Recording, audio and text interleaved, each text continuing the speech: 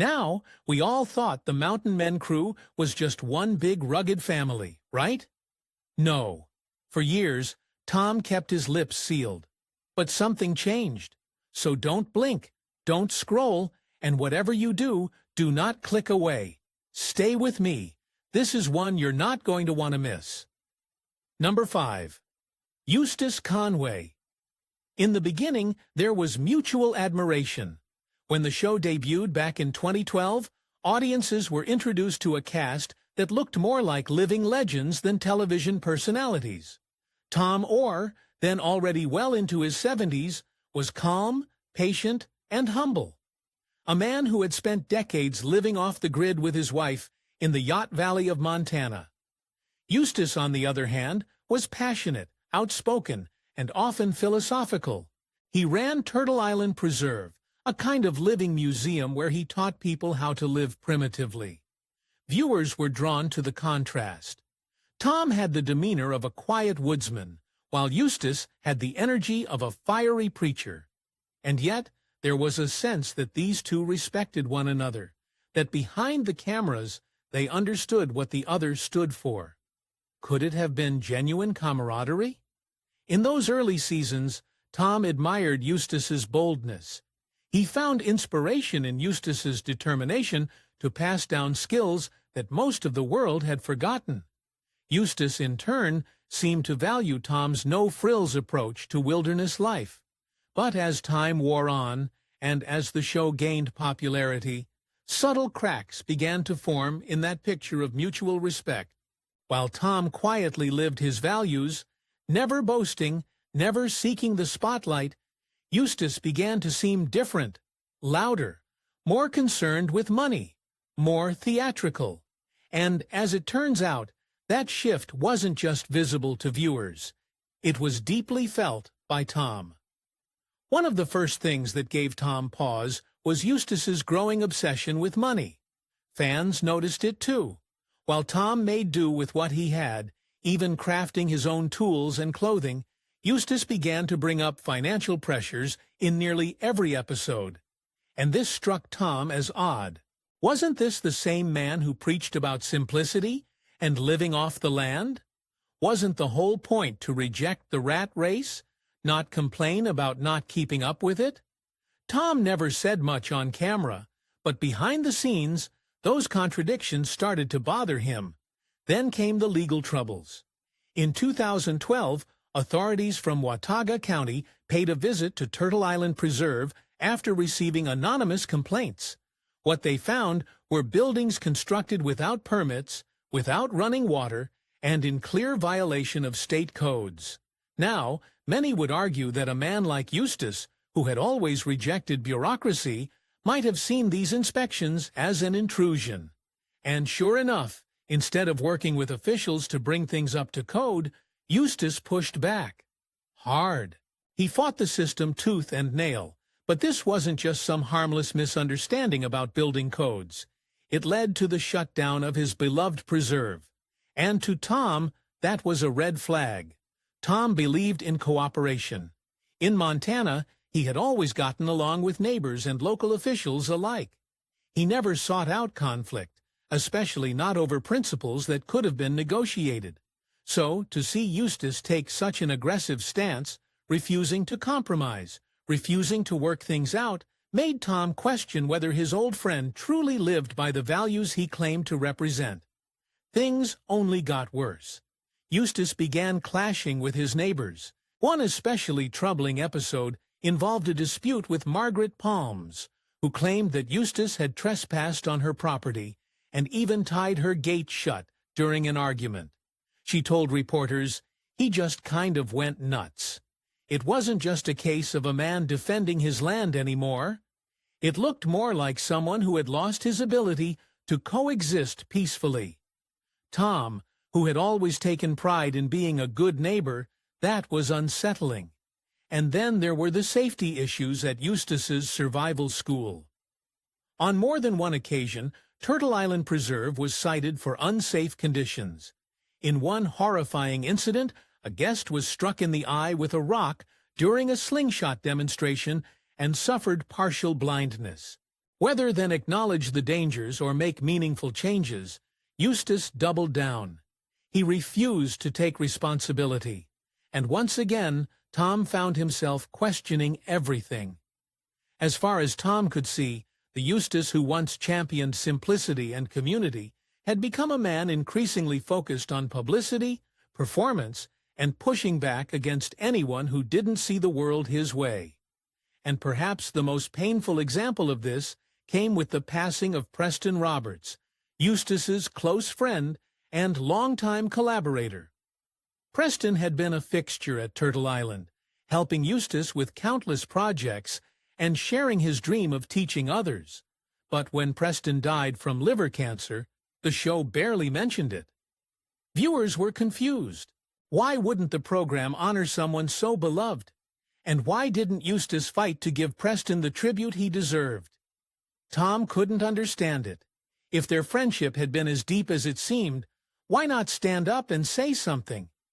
By now, Tom had seen enough. While he continued to appear on Mountain Men, he did so with a heavy heart. His disappointment in Eustace grew stronger every time he saw him on screen, talking about needing money, complaining about time, or chasing projects that seemed designed more for TV than for real life. For Tom, wilderness living wasn't a performance. It was a way of being. He didn't need cameras to validate his choices. He didn't need an audience. And he certainly didn't need to stir up controversy to prove he was living authentically. Eustace, on the other hand, appeared to drift further from the man Tom once admired. Even Eustace himself admitted the paradox. "I think television's terrible, so it's definitely a paradox." But that didn't stop him from cashing the checks, from showing up, from keeping the performance going. And for a man like Tom, who had always walked the walk, that contradiction became too much to ignore. So as the seasons passed and Tom celebrated his 80th birthday on the show, his relationship with Eustace had quietly but completely unraveled. While fans may never have seen it play out on screen, the tension was real. The man Tom once saw as a fellow traveler had become, in his eyes, something else entirely. Someone more concerned with the image of mountain living than the reality of it. And that's how one of reality television's most compelling, unspoken feuds came to be. Not through shouting matches or dramatic fallouts, but through a slow, quiet realization that sometimes people who start on the same path don't always end up walking it together. You won't believe which Mountain Men star made Tom Orr's blood boil the most. He's finally spilling the truth, and trust me, number one will leave your jaw on the floor. Stick around to see who really pushed him over the edge. Number 4, Rich Lewis. While most of the Mountain Men cast gradually picked up their survival skills as the cameras rolled and the seasons changed, Rich Lewis stood apart as someone who had already earned his stripes in the wild long before the History Channel ever knocked on his cabin door. Rich wasn't just playing the part of a rugged mountain dweller. He truly lived it. Born in January 1954 in southern West Idaho, Rich grew up watching his father hunt. And from those early days, something about the way his father tracked and moved through the woods stirred a passion in him. That childhood fascination didn't fade, it flourished. Years later, settled in Montana's remote and picturesque Ruby Valley with his wife Diane, Rich made a name for himself tracking mountain lions with a disciplined pack of hounds. To locals, he was more than just another hunter. He was a protector. His reputation wasn't built on stories or hearsay. It was earned through decades of real gritty work in the wilderness. But despite that foundation of experience, Rich's on-screen presence didn't sit well with everyone, especially not with fellow Mountain Men cast member Tom Orr. Now, Tom Orr isn't someone who's quick to criticize. A seasoned tanner and moccasin maker who spent years perfecting his craft in the Yacht Valley of Montana, Tom had a deep respect for those who truly embraced the mountain lifestyle. So when Rich first appeared on the show in 2013, Tom was actually impressed. After all, they were both Montana men, just on opposite ends of the map. They faced the same biting winters, the same unpredictable wildlife, and the same self-reliant way of life. Rich's reputation had preceded him. Locals already referred to him as the protector of the people. In 2007, when a particularly aggressive mountain lion killed 2 dogs and started posing a serious threat to people and livestock, Rich had been the one the wildlife authorities called. That kind of real-world credibility resonated with Tom. He saw in Rich a kindred spirit, someone who didn't just live in the mountains, but truly belonged there. But as time wore on and more episodes aired, Tom's admiration began to give way to a quiet sense of confusion and, eventually, disappointment. What was going on with Rich's storylines? Why did so many of them feel off? Tom had always been honest about the show, needing a little extra drama here and there. He himself once acknowledged that producers would push to make his life seem more dangerous because, in his words, otherwise it's too boring. But with Rich, it went beyond subtle exaggeration. Rich's segments began to feel like they were stuck in a repetitive, overly dramatic loop, especially when it came to his dogs. And here's where things really started to wear on Tom's nerves. Rich was portrayed as this expert houndsman, someone whose livelihood depended on the ability of his dogs to track and corner wild predators. But episode after episode, the same storyline played out. Rich would lose his dogs in the woods, wander around, looking worried, and eventually either find them or call off the hunt. Viewers who weren't familiar with hound hunting might have bought into the tension, but to someone like Tom, who understood how this actually worked, it didn't add up. The dogs weren't just running free, they were equipped with high-tech GPS collars and radio trackers. Rich knew exactly where they were the whole time. So why the theatrics? Even more frustrating was how often Rich's dogs seemed to fail. Despite being introduced as a seasoned lion hunter, his hounds were constantly shown losing tracks, getting injured, or failing to corner even a bobcat. In one especially eyebrow-raising moment, Rich claimed his dogs didn't know how to cross a river, a shallow stream, really, which left even casual viewers scratching their heads. And for Tom, who knew how much skill and training went into building a reliable pack, this depiction just felt wrong. It didn't reflect the reality of what Rich was supposedly good at. In fact, it seemed to undermine it entirely. Was it really fair to portray someone as an expert while constantly showing them failing at their core skill? What pushed Tom further toward skepticism was the emotional manipulation layered into Rich's segments. The show devoted a lot of time to the birth and tragic death of one of Rich's dogs, Ruby. While the grief was likely real and understandable, the way it was presented, complete with slow-motion shots, tearful reflections, and an extended puppy-choosing subplot, felt to Tom like the producers were milking the moment for every ounce of drama.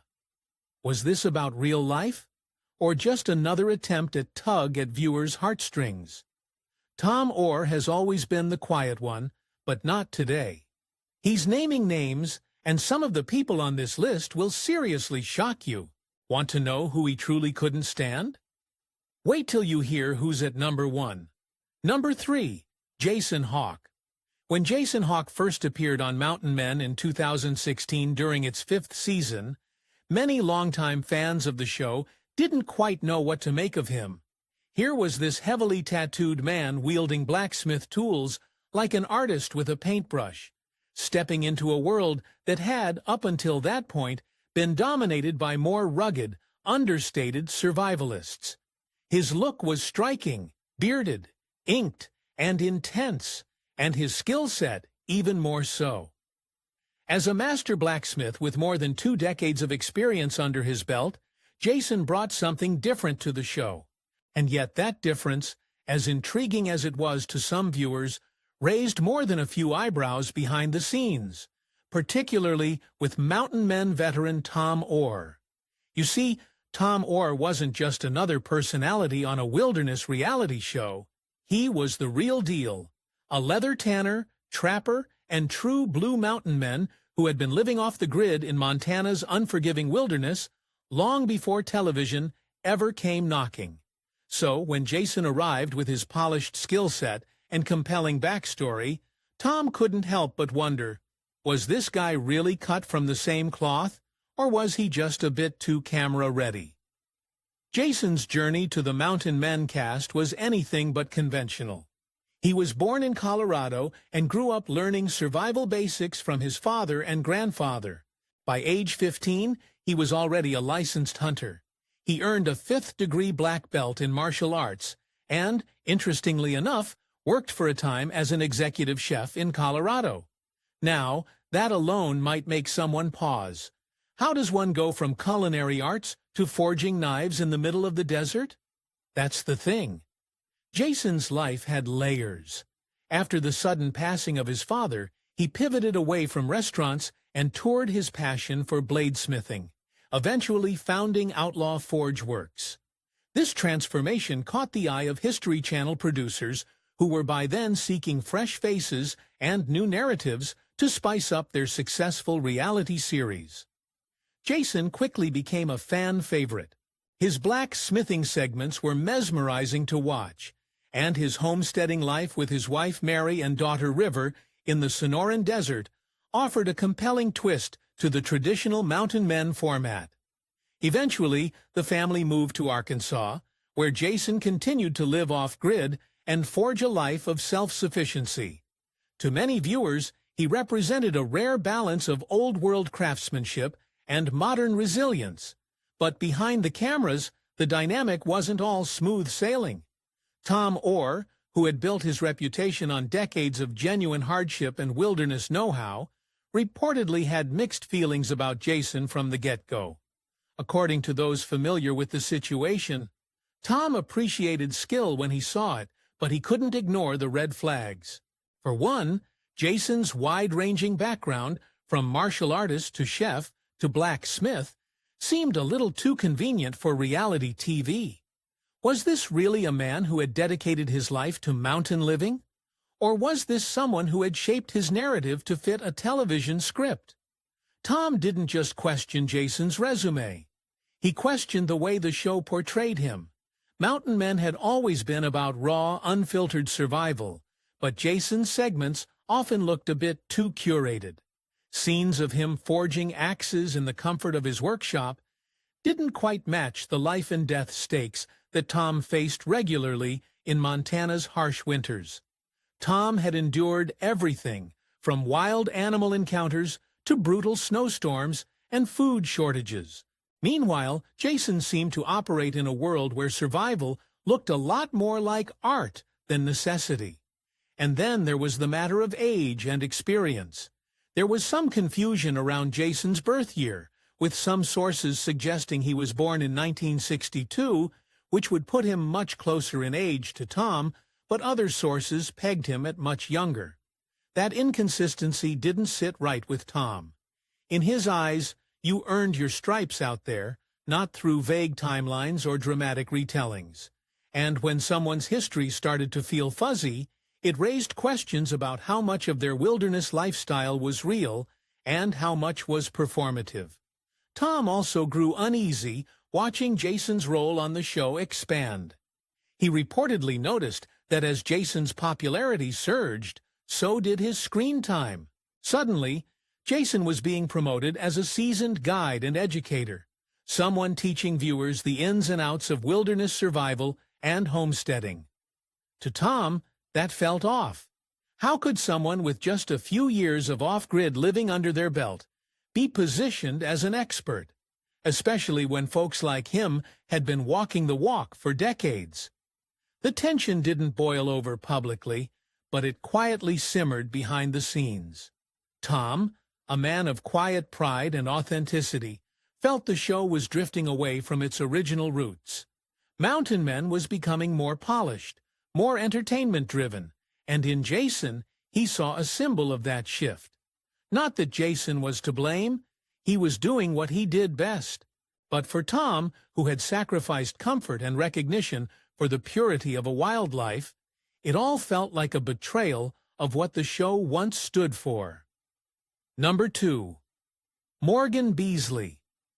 Morgan Beasley's approach to wilderness life wasn't just about chopping wood and catching dinner.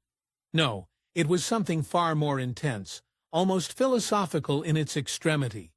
He didn't just live off the grid, he practically erased it. After earning a degree in environmental science from the University of Idaho, not something you'd expect from someone who'd later vanish into the Alaskan backcountry, Morgan set out on a personal journey that took him to the remote corners of the Alaska Range. And this wasn't just a temporary escape from society. He built his life around complete, almost obsessive self-sufficiency. A lot of people talk about simplifying, but Morgan made it an art form. He built his own portable home by hand, lived without electricity, internet, roads, or even regular human contact.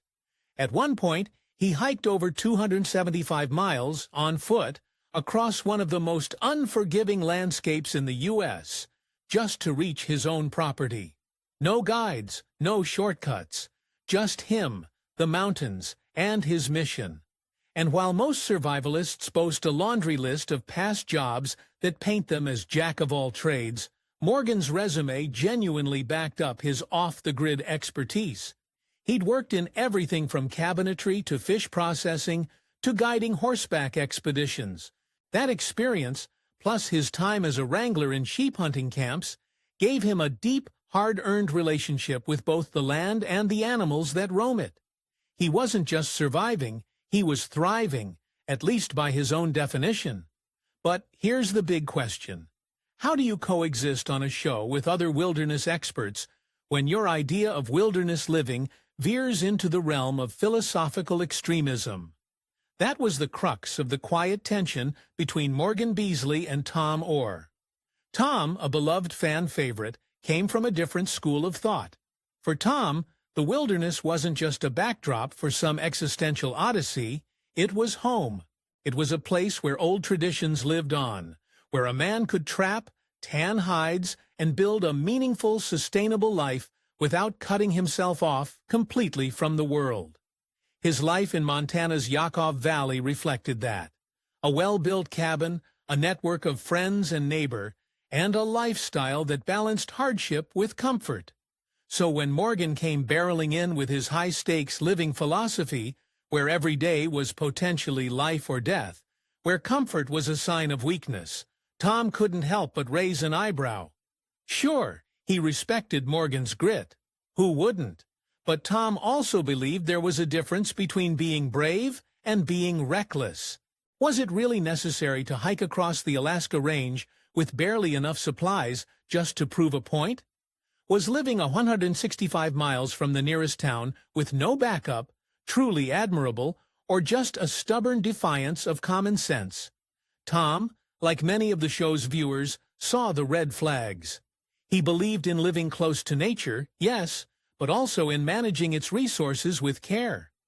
That meant harvesting wood with a conservationist's eye, maintaining a balance, and keeping a weathered, well-earned respect for the dangers of the wild. Morgan, on the other hand, was known to simply cut down cottonwood trees for horse fodder without planning for regrowth. That rubbed people the wrong way. And Tom? Well, Tom thought that kind of approach might eventually backfire. Their different philosophies were visible not just in what they said, but in how they lived.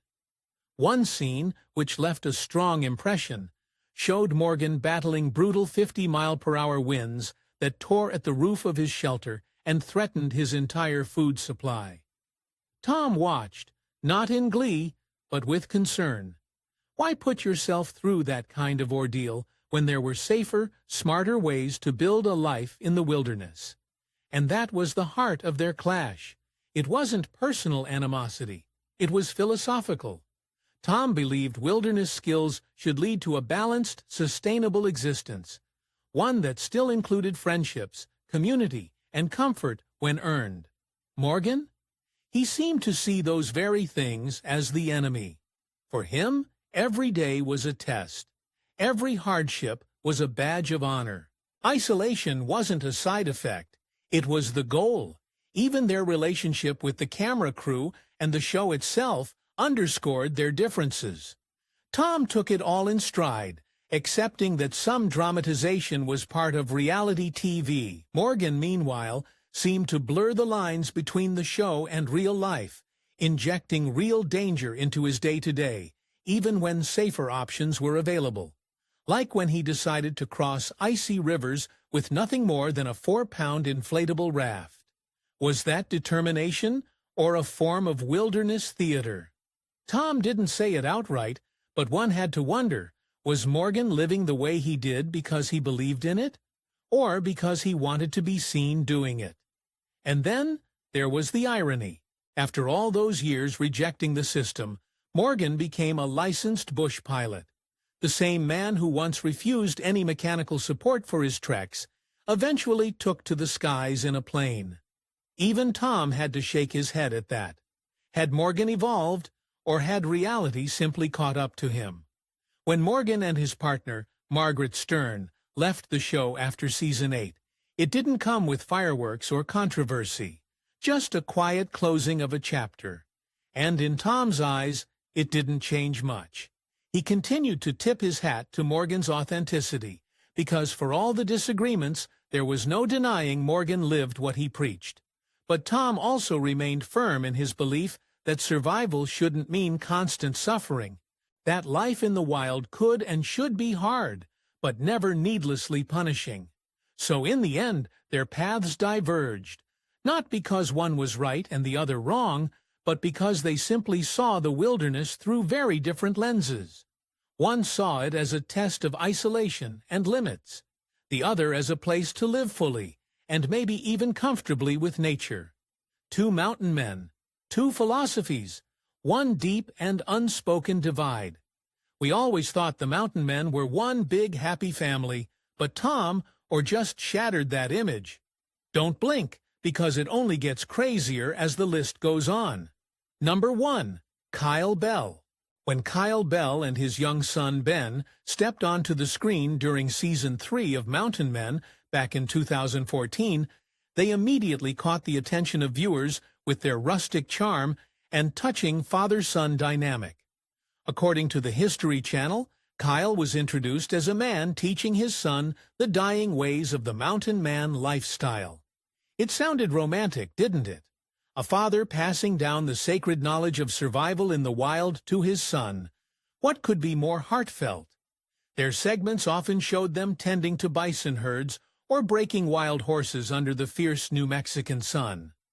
Viewers were intrigued, even charmed. But despite the potential for a compelling long-term story, the Bells only stayed on for 2 seasons, just 34 episodes in total. And then, quietly and without much fuss, they disappeared from the show after Season 4. There was no big send-off, no official explanation, just gone. For one, Tom noticed some odd inconsistencies in Kyle's backstory. He came across Kyle's website, which stated that he actually lived in Folsom, New Mexico, not in the Cimarron Valley, as the show led viewers to believe. Was this just a simple mistake, or was the narrative being crafted a little too carefully? Tom couldn't ignore it. Then came the issue with the buffalo. Kyle often spoke about hunting wild buffalo, yet Tom knew full well that there were no truly wild buffalo roaming around New Mexico anymore. So what was really going on? Was Kyle just embellishing stories for the camera? Things got even murkier in 2016, shortly after Kyle and Ben left the show. Kyle launched a YouTube venture called Survival Sense, a platform that promised to teach people the basics of wilderness survival. On paper, it sounded like a natural next step, but to Tom, it looked like something else entirely. A calculated pivot into digital fame. He couldn't shake the feeling that Kyle had joined the show not out of passion for the lifestyle, but to build a brand. And when Kyle's YouTube channel and website became inactive not long after launch, that only reinforced Tom's doubts. Was Kyle ever truly invested in the mountain man lifestyle? Or was this all part of a plan to cash in on the rugged, bearded, survivalist image? Behind the scenes, these suspicions turned into something deeper. Tom reportedly grew more frustrated when he realized that Kyle had allowed producers to shape and twist their on-screen image. According to online forums, Tom wasn't happy with the direction the show had taken with Kyle's segments. He reportedly said that the producers make the choices as to what is said and done, and it bothered him that Kyle seemed willing to play along, even when the content felt exaggerated or flat-out misleading. In Tom's eyes, the mountain man way of life was sacred. It wasn't something you pretended to do for the camera. And anyone who treated it otherwise, well, that didn't sit right with him. With this, we have come to the end of this video. Thanks for watching. If you enjoyed this video, do well to like, comment, and subscribe for more content.